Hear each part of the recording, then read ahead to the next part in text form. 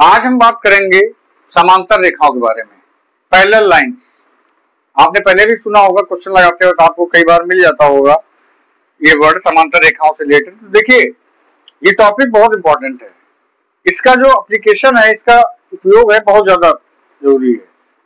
इससे जो गुणधर्म बनते हैं बहुत ज्यादा जरूरी है, बहुत ज्यादा उपयोग में आता है और बहुत ज्यादा कंफ्यूज भी करता है, दोनों बातें हैं। तो इसको बड़ा ध्यान समझिएगा। ये जान लीजिए कि आपको तुरंत अच्छे से समझ में आएगा, बस थोड़ा सा ध्यान रखिएगा और लास्ट तक बने रहिएगा। आपने देखा ये दोनों लाइनें आपको दिखाई दे रही हैं, बिल्कुल सीधी लाइनें हैं, ये भी और ये भी लाइन बिल्कुल सीधी है। अगर आप थोड़ा सा इस पे गौर करिए, देखिए, तो आप पाएंगे कि बिल्कुल स्ट्रेट अगर इसको हम बढ़ाते चले हैं और इसको हम बढ़ाते चले हैं तो क्या ये आपस में कभी मिलेंगी? बताइए, ध्यान से थोड़ा सोचिए। अगर हम इसको बढ़ाते चले जाएं और इसको बढ़ाते चले जाएं कितनी भी दूर तक, तो क्या ये आपस में कभी मिलेंगी? नहीं मिलेंगी, कभी नहीं मिलेंगी। बस ऐसी रेखाओं को हम समांतर रेखाएं बोलते हैं, पैरेलल लाइन बोलते हैं इन्हीं लाइन को, जो आपस में कभी नहीं मिलती हैं। They never meet each other, कभी नहीं मिलती हैं। ठीक है, ये बात हो गई। अब जैसे आप इस बोर्ड को देख लीजिए, ये आपको दिखाई दे रहा है, ये दिखाई दे रहा है, ये दोनों पैरेलल हो सकते हैं? बिल्कुल होंगे भाई। इनको कितना भी आप आगे तक बढ़ाइए ये कभी मिलेंगे नहीं। और समांतर रेखाओं की एक बात और है, क्या? इनके बीच की दूरी, distance between them always equal, हमेशा बराबर रहेगी। इनके बीच की दूरी हमेशा बराबर रहेगी। अगर दो समांतर रेखाएं हैं तो उनके बीच की दूरी हमेशा बराबर रहेगी। ठीक, distance between them always equal in two parallel lines. ठीक है, इसी बात समझ में आ गई। आपने पोस्टर देखा होगा, अगर रेक्टेंगुलर पोस्टर देखिए, ऊपर नीचे का आप स्ट्रेट बढ़ाते हैं उसको, देखिएगा मिलेगा, वो भी पैरेलल है। आपका मोबाइल देख लीजिए, ऊपर और नीचे का देखिए, बढ़ाते आइए, ये भी पैरेलल है। तो ध्यान से देखिएगा। अब ये तो हो गई समांतर रेखाएं की बात। अब इसके क्या है, अगर इसमें एक हम ऐसे लाइन खींच दें, तो किस ऐसे लाइन खींच दें तो इसे हम बोलते हैं जो दोनों को प्रतिच्छेद करती है। ठीक, ये लाइन जो है इसे हम बोलते हैं तिर्यक रेखा, ट्रांसवर्सल बोलते हैं। क्या होती है? टू पैरेलल लाइंस को इंटरसेक्ट करती है, प्रतिच्छेदित करती है दो पैरेलल लाइन को, तो ट्रांसवर्सल बन जाती है। अब देखिए, ये हो गई ट्रांसवर्सल, ये दोनों समांतर रेखा है। अब देखिए इसमें क्या है, इसमें हम आगे पढ़ेंगे। देखिए, जैसे मान लीजिए हम एंगल की नेमिंग कर दें, यहां से इसको मान ले एंगल 1, इसको मान ले 2, इसको मान ले 3, इसको मान ले 4। ये आपको समझाने के लिए बताया जा रहा है और ध्यान समझिए, इससे आपको अच्छा समझ में आएगा। 5, 6, 7, 8। अब देखिए, सबसे पहली बात होती है इसमें एकांतर कोण। आपने पढ़ा होगा एकांतर कोण।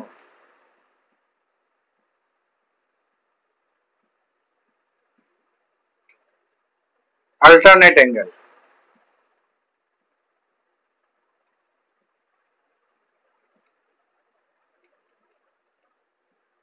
ये क्या होता है?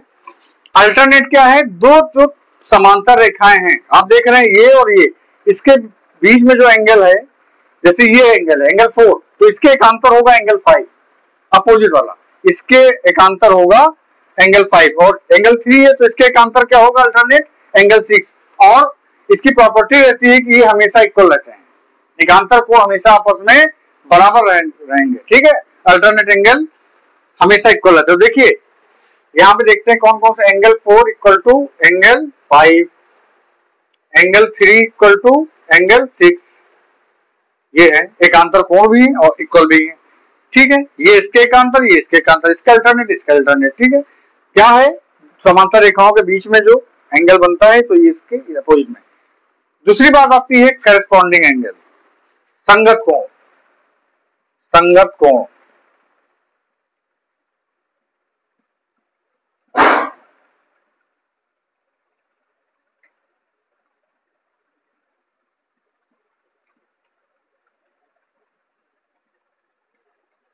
एंगल। ठीक है, करस्पॉन्डिंग एंगल क्या होता है, आपने देखा लाइन पे, ठीक, मतलब उसी के तरह जो बन रहा हो एंगल, आपने लाइन में देखा ये देखा है, इसके ऊपर ये एंगल बन रहा, तो इस वाली लाइन पे इसके ऊपर क्या बनना है, ये तो 2 और 6 क्या होंगे, आपस में संगत कोण होंगे, करस्पॉन्डिंग एंगल होंगे।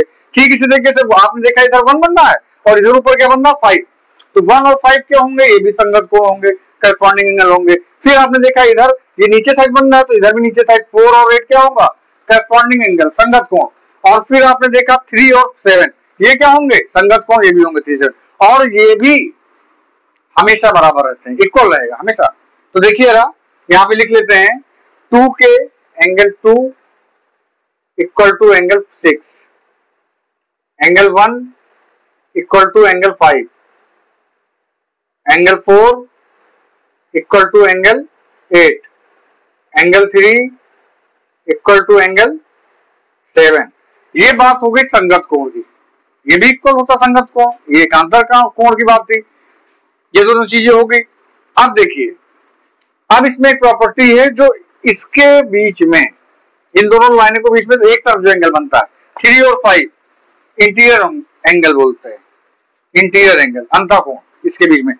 और ये क्या होते हैं, इन दोनों का सम 180 होता है, कॉम्प्लीमेंट्री बोलते हैं इसको, ठीक है। इन दोनों का एंगल का सम कितना होता है 180, इसकी प्रॉपर्टी। तो एंगल 3 प्लस एंगल 5 इसका टू कितना 180, और इसी तरह इधर एंगल 4 और एंगल 6 इसका टू कितना 180 डिग्री, और ये कॉम्प्लीमेंट्री एंगल होते हैं, ठीक है। कॉम्प्लीमेंट्री मतलब संपूरक, इनका सम जो होता है, संपूरक एंगल क्या होता है, जब दो एंगलों का सम 180 होता है तो वो संपूरक होते हैं। तो वैसे ही ये दोनों कॉम्प्लीमेंट्री है, संपूरक हैं, और ये दोनों संपूरक हैं कहां पे, जो लाइन के अंदर बन रहे एक तरफ, ठीक है। ये हो गई। अब एक बात और आती है, वर्टिकली अपोजिट एंगल, शीर्षाभिमुख कोण, ठीक है, वो भी यहां लिख देते हैं, शीर्षाभिमुख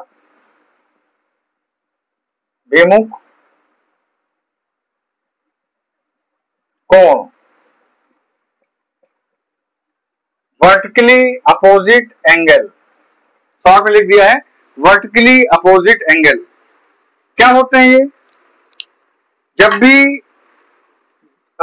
एक लाइन दूसरे को क्रॉस करती है, तो जो उसमें आमने सामने से, इसको देखिए इतने को, ये थी, इसको क्रॉस किया, तो ये दोनों जो एंगल होते हैं आमने सामने वाले, इसे हम बोलते हैं शीर्षाभिमुख कोण। क्या बोलते हैं, वर्टिकली अपोजिट एंगल या शीर्षाभिमुख कोण। जैसे यहाँ पे 1 के अपोजिट क्या है 4, 2 के अपोजिट 3, तो 1 और 4 शीर्षाभिमुख कोण होंगे, और 2 और 3 शीर्षाभिमुख कोण होंगे। दूसरी चीज 6 और 7 ये भी शीर्षाभिमुख कोण है, और 5 और इसके अपोजिट, जो भी अपोजिट बनेगा जब दो लाइनें एक दूसरे को काटें, तब इसके इक्वल होगा, इसके इक्वल होगा, इसके, तो इसको यहां भी लिख सकते हैं शीर्षाभिमुख कोण 1 इक्वल टू 4, कॉमा लगा देते हैं, और 2 इक्वल टू एंगल 3। सेम तरीके से इधर एंगल 6 इक्वल टू एंगल 7, और एंगल 5 इक्वल टू एंगल 8। ये सब क्या है, शीर्षाभिमुख कोण है, इसे हम शीर्षाभिमुख कोण बोलते हैं। अब एक चीज आपको और बता देते हैं, इसमें ये आप देख रहे हैं ऊपर की लाइन, इसको देखिए, इसको आप जान रहे होंगे, आपके ये एंगल हमेशा 180 रहता है, लीनियर पेयर, लीनियर पेयर, रैखिक युग्म, ठीक है, लीनियर पेयर रैखिक युग्म। तो इसको हम ऊपर लिखे दे रहे हैं, थोड़ा सा इसको बता दे रहे हैं इसी वक्त, रैखिक युग्म, रैखिक युग्म बोलते हैं, linear pair, linear pair, linear pair. तो ये क्या है, ये 180, तो एंगल 1 + 2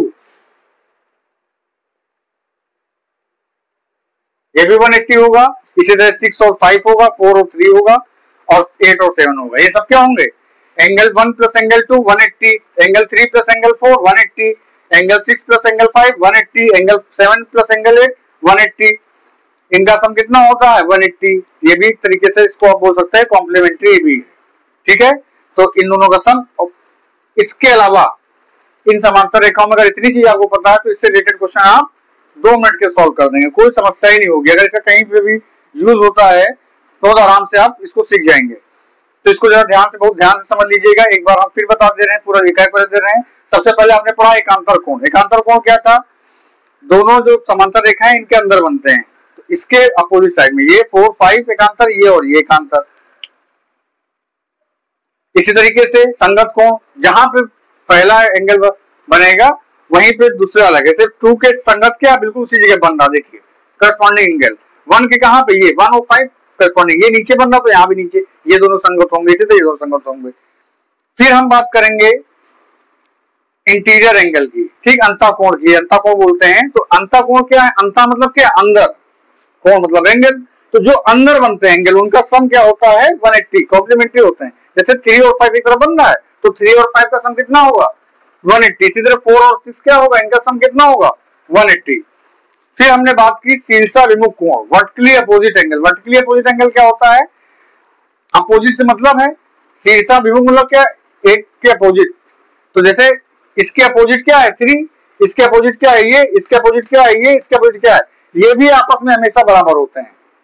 कहीं पर भी मतलब शीर्षाभिमुख कोण तब बनेगा, दो लाइनें एक दूसरे को कट करेंगे तो उनके जो अपोजिट एंगल होते हैं, वर्टिकल अपोजिट एंगल, हमेशा इक्वल होते हैं, कभी भी। तो इसी तरीके से आपने ये भी जान लिया। इसको बहुत ध्यान समझ लीजिएगा, ये आपके बहुत ही जान लीजिए, बहुत इंपॉर्टेंट टॉपिक है। तो छोटा सा 6, 7th, 8th में पढ़ाया जाता है, लेकिन इसका जो यूज है वो इंटर कंपटीशन में कितने बड़ी तैयारी कर रहे हैं आप, वहां पे इसका यूज होना ही होना है। और हम कंफ्यूज हो जाते हैं, इसलिए नहीं कर पाते। तो इसलिए बहुत ध्यान से इसको पढ़िएगा और इससे रिलेटेड क्वेश्चन करिएगा। अगर आपको समझ में आया हो टॉपिक तो आप जरूर बताइए कमेंट के माध्यम से। और आपको कोई भी इसी तरीके का टॉपिक पढ़ने का मन हो, कोई बेसिक चीज आपको दिक्कत लग रही है तो आप जरूर कमेंट करिए, हम आपके अनुसार टॉपिक बनाएंगे और कोशिश करेंगे कि आपको समझ में आए। धन्यवाद।